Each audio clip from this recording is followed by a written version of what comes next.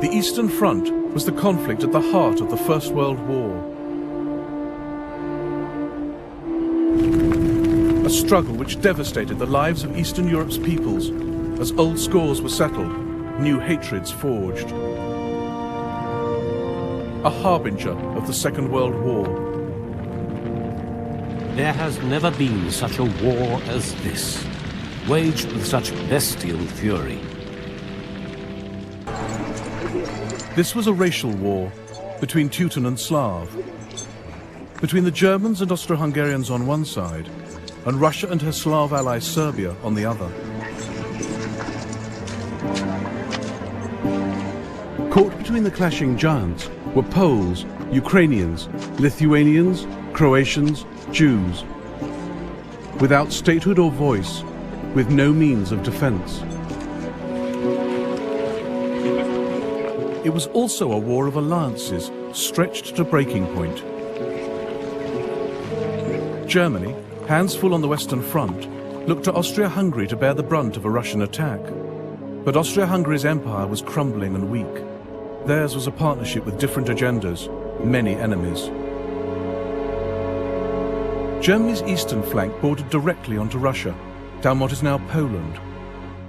To Austria-Hungary's south lay her dreaded enemy, Serbia.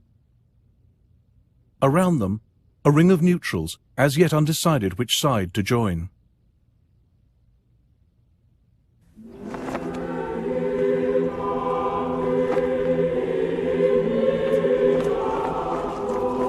Russian troops are blessed before leaving for the war.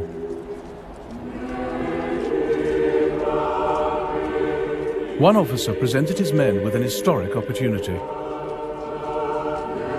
Hey, brothers. Our eternal enemy, Germany, is trying to enslave Russia, our country, which has long suffocated under Germany's dead weight. The time has come to end their Teutonic rule. Not everyone saw the conflict in such epic terms. Russian conscript Vasily Mishnin left to fight the Germans, filled with dread.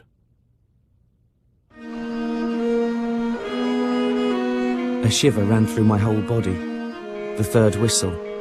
Everybody breaks down. I kiss my Nura for the last time, and all my family kiss me. Nura shouts, "Why are you crying, Vasusha? You said you weren't going to cry."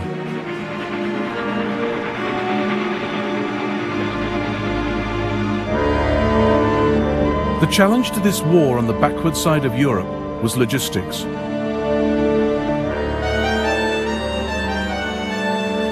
There were vast distances to cover, from the Urals to the Alps, with desperate problems of communications and supply.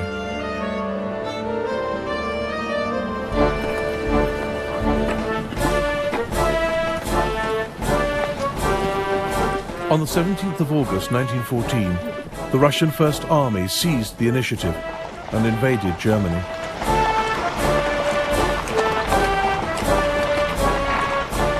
This would be a mobile war, and some units went in hard from the start.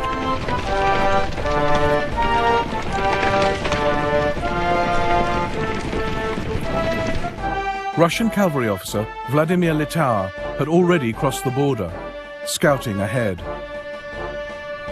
We started while it was still dark.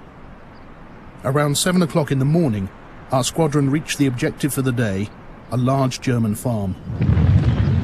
The scene on the German side of the border was frightening. For miles, farms, haystacks and barns were burning. Like every army under the sun, we looted and destroyed, and later hated to admit it.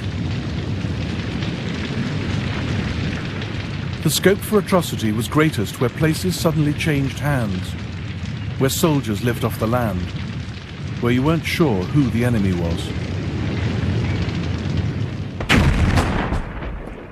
Litauer's regiment was fired on at the village of Santopen in East Prussia. The Russians blamed locals for directing the attack from the church tower. Groton completely lost his temper and shouted, "They are all spies, shoot them!" In a moment they were all dead.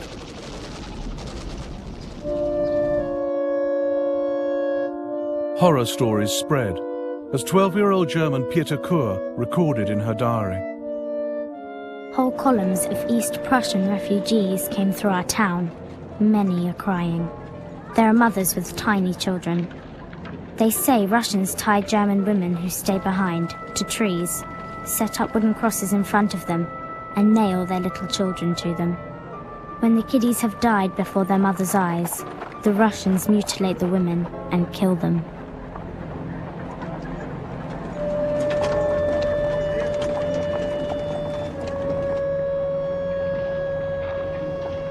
The German army fell back 100 miles.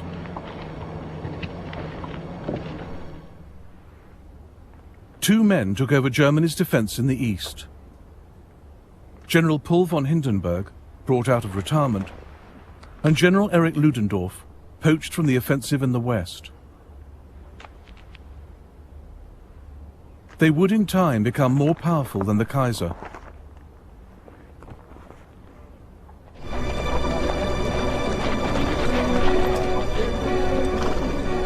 The Germans planned to hit the Russian Second Army in these woods, near the East Prussian town of Tannenberg, where, 500 years before, a Polish army had defeated a force of Teutons.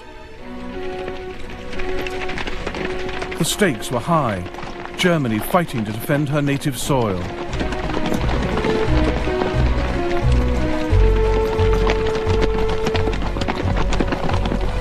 Julius Bolt's regiment was whisked from Western to Eastern Front. After a 60-hour train ride, a quick march for nearly 4 hours straight to the battlefield, I had my baptism of fire. Oddly enough, it left me completely cold. In a flash I thought of home, gave one glance to heaven, and then straight into the line of fire.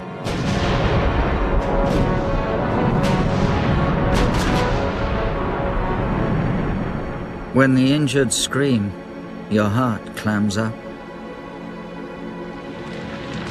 There's almost nothing left of this hospitable town. What's left of the buildings is either still burning or in ruins. Charred corpses lie in the streets.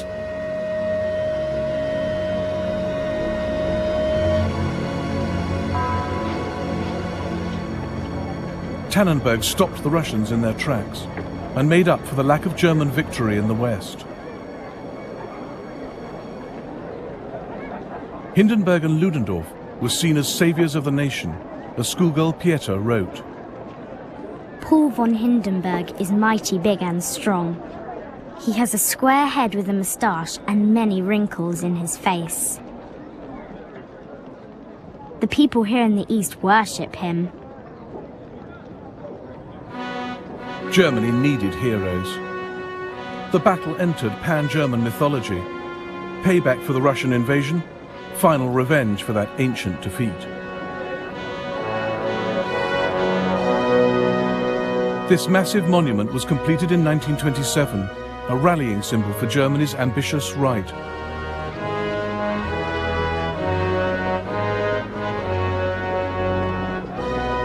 A few years later, Hindenburg showed Adolf Hitler the site of Germany's historic triumph.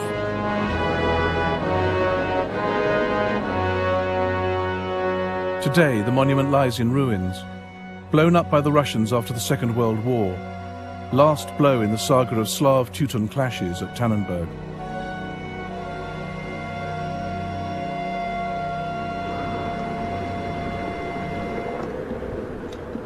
Poland, January 1915. The Russians were firmly dug in. The Germans were now on the offensive, trying to dislodge them. The village of Bolimov was in the front line.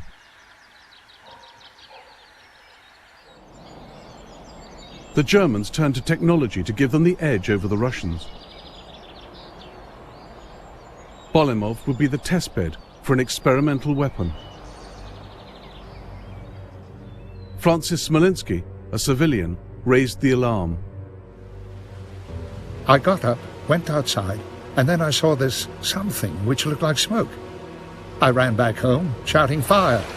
Fire!"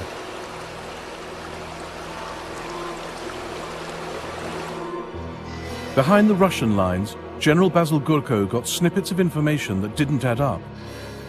Hundreds mysteriously killed. Trenches full of corpses that might not be dead. Bodies in a state of collapse with little sign of life were lying in the wood. What was the reason for this unusual occurrence? Had some of those already buried been in a state of coma and not dead at all?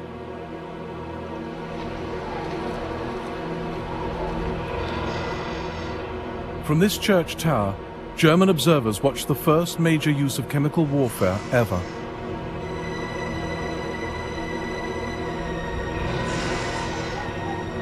The Germans fired 18,000 tear gas shells onto the Russians.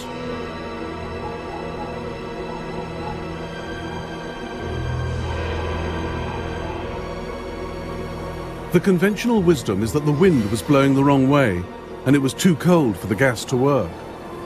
The Russians withstood the attack. But there were victims, as General Gurko heard and Francis Smolinski saw. They were carried, crowded onto wagons, some lying on top of others. Those who could walked. Their faces were pale blue. They had foam at their mouths. 3 months later, Ypres on the Western Front wrongly earned the morbid distinction of being the site for the first gas attack. Bolimov went unreported, never investigated.